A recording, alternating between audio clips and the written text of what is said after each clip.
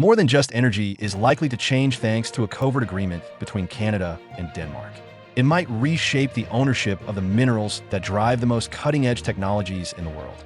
While Europe looks for alternatives and Washington disputes tariffs, Ottawa and Copenhagen are quietly uniting behind one of the rarest resources on the planet, crucial minerals.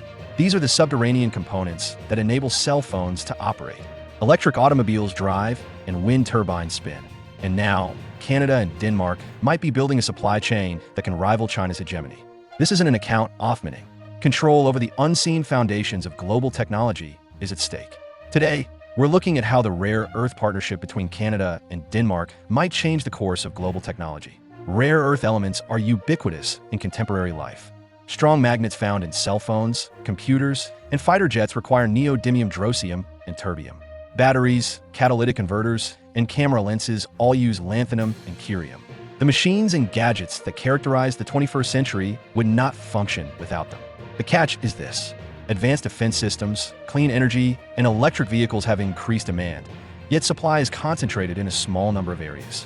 More than 60% of the world's rare earth production is controlled by China, which also handles a greater portion of the refining capacity. Thus, the majority of the global supply chain for technology operates through the hands of Beijing.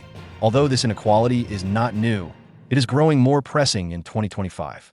Due to the exponential expansion of EV batteries and renewable energy technologies, the demand for rare earths is expected to roughly treble globally by 2030. Washington and Brussels governments are rushing to safe access, but the majority lag behind. Denmark and Canada enter the picture here. From Quebec to the Northwest Territories, Canada has some of the biggest unexplored rare earth reserves outside of Asia. Denmark has one of the highest amounts of these minerals since it controls Greenland. Any place on the planet, they are significant players on their own. They might work together to create a robust Western supply system that could withstand China's influence. As one of the few democratic countries with the geological resources to participate in the rare earth market, Canada has subtly established itself. With the support of billions of dollars in both public and private investment, Ottawa launched its crucial mineral plan in 2025. The objective is straightforward: create local supply chains to lessen reliance on China and build relationships with reliable allies in the Northwest Territories, Ontario, and Quebec. Investigating projects for rare earth oxides, nickel, cobalt, lithium, and other minerals are accelerating. These are more than simply stones. They serve as the basis for defense systems, wind turbines, batteries, and semiconductors. Additionally, funding is being offered by the Canadian government to expedite development. Investing in processing capacity is a fundamental component of the strategy. It's only half the fight to mine rare earths. China controls roughly 90% of the world's capacity in refining, making it the true choke point. In order to develop Western refining knowledge from the ground up, Canada is sponsoring research hubs in locations such as Saskatchewan. The goal is to create a complete value chain from mine to magnet, going beyond raw exports. Ottawa is using trade policy at the same time.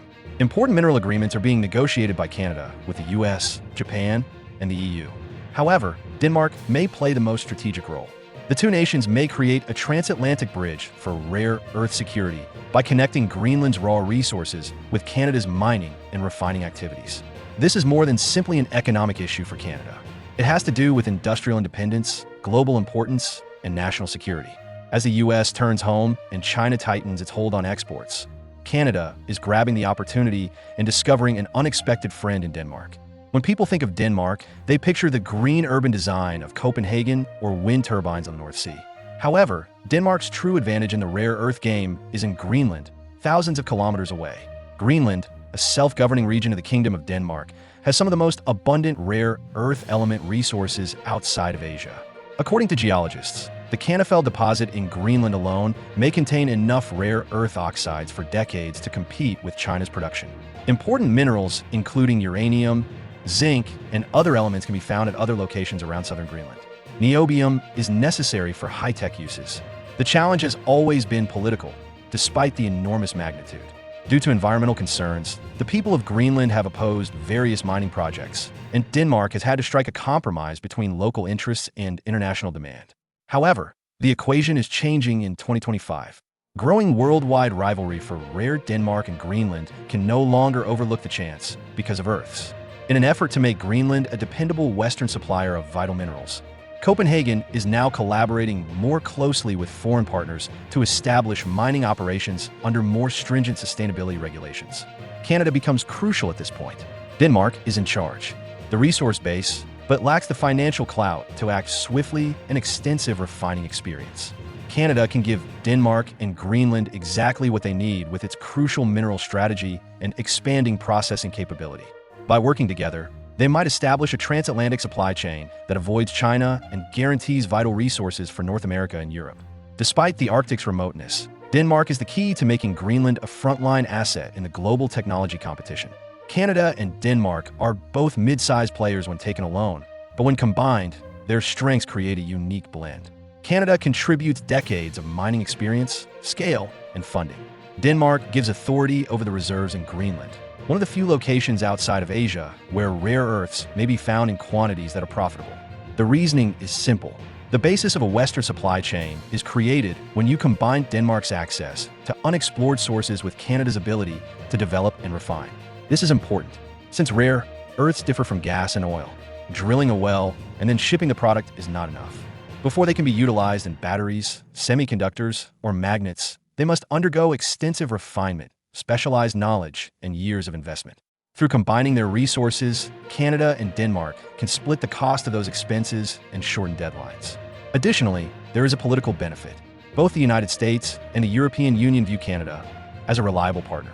An alliance between them would be well-positioned to supply both North American and European markets, lowering the danger of conflict even if Denmark is deeply ingrained in Europe's decision-making structure. Excessive reliance on a single client. And China is next. Beijing now controls export regulations and refinery in addition to production. Global markets have already been rocked by its hints of tightening limits on some rare earth exports by 2025. A relationship between Canada and Denmark is more than just chance. It has to do with resiliency. It shows that the West is prepared to develop its own key resource infrastructure independently of Beijing's goodwill. To put it briefly, the alliance is strategic, political, and economic, and it could be the only way the West can compete in time in a realistic manner. For many years, China has controlled a significant portion of rare earth mining and an even greater portion of refining. This focus allowed minor legislative changes to have an impact on a variety of industries, including precise manufacturing and electric mobility. It wasn't a coincidence. While others did nothing, China developed integrated logistics, trained engineers, and increased separation capacity in mines during downturns. The chemical that converts concentrates into oxides and magnets is the choke point, not the ore. A route connecting Canada and Denmark changes the equation. Large deposits in Greenland can be created in accordance with stringent environmental regulations. In order to prevent concentrates from traveling halfway around the world, Canada contributes funding, technical know-how, and an increasing push into midstream processing. You can establish a regional loop by linking those resources to transatlantic demand. Processing of resources, sophisticated parts, all within reputable countries. Who is replaced then? Every ton refined outside of China lessens reliance, evens out price fluctuations, and gives buyers bargaining power, not all at once. Electronics companies, automakers, and turbine manufacturers have more possibilities. Competition promotes lengthier contracts at fixed rates, stabilizes planning cycles, and enhances quality. Timing is the true danger. Demand is increasing more quickly than capacity expansions. Incumbents maintain influence if refineries or permit stalls fall behind schedule. Coordination is important because of this. Predictable rules, transparent auditing, bankable offtakes, and common standards. Ultimately, stability, consistent ramp-ups, dependable separation, and on-time magnet delivery will be more important indicators of this collaboration than headlines. Quiet dependability, without a single blockbuster corrosion, is the process by which incumbency is eroded. Washington is aware of the weakness. The majority of rare earth inputs are still imported into the US, and there is still little capability for separation at home. California and Texas projects are moving forward, but engineering, finance cycles, and environmental evaluations timelines are slow by bottlenecks.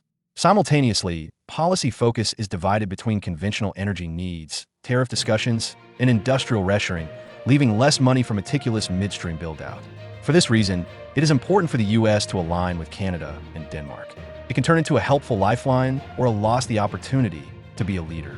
Positively, supply from reliable partners lessens vulnerability to unexpected price increases or export restrictions.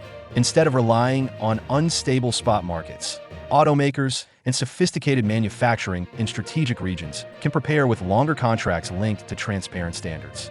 Academic institutions and a circular ecology is accelerated when labs acquire partners for recycling and magnet research. Strategic influence is a drawback. Washington may follow rather than take the lead if technical specifications, auditing standards, and pricing references are established by Ottawa and Copenhagen in collaboration with Greenland. U.S. organizations would continue to influence domestic safety and environmental regulations. However, the transatlantic rare earth policy's focal point might move to the north. That possibility might push the U.S. towards quicker incentives for magnets, metal production, and separation, as well as easier permitting for ethical initiatives. Simply put, a dependable Canadian-Danish corridor might benefit American companies in the short term, but it also reveals a leadership gap in the long run. Access versus no access is not the question. It concerns if access is granted on someone else's conditions or with persuasion. The ramifications extend well beyond mining permits. Both modern and everyday technologies contain rare earth elements. EV traction motors, direct drive wind turbines, satellite parts, sophisticated optics, audio systems, medical imaging, and precision robotics. Because engineers develop for what is consistently accessible rather than what is ideal, innovation slows down when supply is concentrated. A translucent, varied corridor that restriction would be loosened by being anchored by Canada and Denmark. The largest benefit for multinational manufacturers is planning certainty. Procurement teams can lock in quantities without worrying about abrupt policy changes thanks to multi-year offtake contracts that include auditing and sustainability indicators. That steadiness lessens the volatility of working cash and promotes investment in next-generation magnet chemistries that employ fewer restricted elements, such as dysprosium, and more efficient motors. The ecosystem effect is another. Metallization from refining draws magnet fabrication, which draws manufacturers of motors, pumps, and actuator components. After that, clusters, R&D, and training expand around it, reducing expenses and accelerating iteration. For open standard life cycle tracking, recycling techniques, and pilot lines, Canada's research centers and Denmark's universities make ideal collaborators. The advantages for customers appear subtly. More effective, longer-lasting gadgets, better sound systems, stronger wind fleets, and automobiles. They manifest for governments as increased power in trade negotiations, resilience, and reduced susceptibility to single-point shocks. Instead of a single high-profile event, Ottawa and Copenhagen will gain a growing technological advantage if they can translate today's intentions into coordinated efforts. Continues to produce year after year. Watch for 3 indicators over the course of the next 12 to 18 months that will determine if this partnership turns into actual infrastructure or merely a news story. First, early site work at key deposits, community benefit agreements, and Greenland permitting milestones. If initiatives move forward with reliable environmental protections, money will come next. Processing comes in second. Statements about magnet production close to important manufacturing hubs, Canada's midstream build-out, pilot separation lines transitioning to commercial, scale, and funding from metal-making capacity. Third, long-term offtakes that connect mines, policy glue, refiners, and end users with similar recycling and traceability criteria across the Atlantic. It will take time to get momentum. These are not pop-up factories. They are chemical plants and logistics networks. However, in global tech, consistent performance can change negotiating leverage. For purchasers who prefer dependability over excitement, a corridor that offers audited emissions, fair dealing contracts, and consistent volumes becomes the standard option. Their impact will grow yearly if Ottawa and Copenhagen continue to coordinating investment banks, export organizations, and research initiatives.